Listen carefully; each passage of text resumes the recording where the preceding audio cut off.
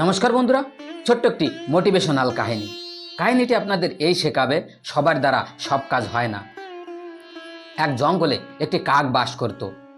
সে কাকটির মনে অনেক হিংসা ছিল। সে মনে করত, আমি যে কাজ করতে পারি, জঙ্গলের অন্য কোনো প্রাণী সেই কাজ করতে পারবে না, আর আমি সব ধরনের কাজ করতে পারি। কাকটি যেখানে থাকতো, কিছুদিন পর সেখানে একটি বৃদ্ধ হাঁস আসলো। কাকটি বৃদ্ধ হাঁসকে দেখে কাকটির অনেক হিংসা হলো। তাই কাকটি সে বৃদ্ধ হাঁসকে দেখে বলল, আমি শুনেছি তুমি নাকি অনেক দূর দৌড়াতে পারো, তুমি নাকি অনেক দূর উড়তে পারো, তুমি আমার সাথে প্রতিযোগিতা করবে? তখন হাঁসটি বলল, না না, আমার প্রতিযোগিতা করার কোনো ইচ্ছা নেই। তখন কাকটি বলল, কি করে করবে তুমি, তুমি তো বৃদ্ধ হয়ে গেছো। অর্থাৎ কাকটি সেই হাঁসকে উপহাস করলো।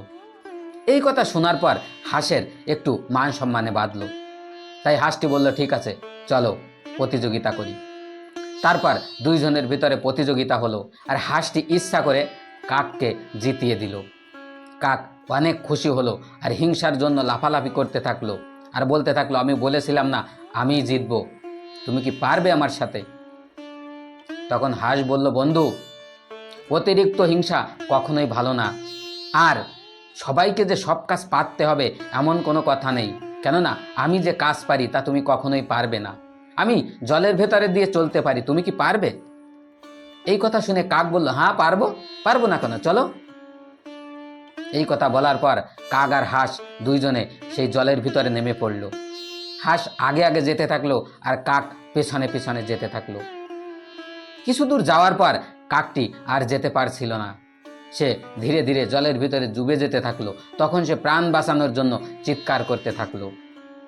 সেই সময় হাঁস আসলো আর সেই কাককে বাঁচালো। তারপর বলল, বন্ধু, অতিরিক্ত হিংসা কখনোই ভালো না, আর সবাইকে যে সব কাজ করতে হবে, সব কাজ পারতে হবে এমন কোনো কথা নেই। তো বন্ধুরা, ছোট্ট কাহিনী থেকে আমরা কি শিখতে পারি? যে সবাইকে যে সব কাজ পারতে হবে এমন কোনো কথা নেই। তাই অন্যের কাজকে নিয়ে কখনোই উপহাস করা ঠিক নয়। আমাদের একে অপরকে সবসময় একে অপরের কাজকে সম্মান দেওয়া উচিত। তাই আপনারা একে অপরের কাজকে সম্মান দিন। আর আমার এই ছোট্ট কাহিনীটি যদি ভালো লাগে তাহলে অবশ্যই একটা লাইক আর একটা সাবস্ক্রাইব করে বেল আইকন প্রেস করে দেবেন, যেন আমি আপনাদের সাথে জুড়ে থাকতে পারি। আর আমার এই চ্যানেলে এমন ছোট ছোট অনেক কাহিনী দেখতে পাবেন। আর আমার কাহিনীর ভেতরে যদি কোনো ভুল দেখতে পান তাহলে অবশ্যই কমেন্টস করে জানাবেন। ধন্যবাদ।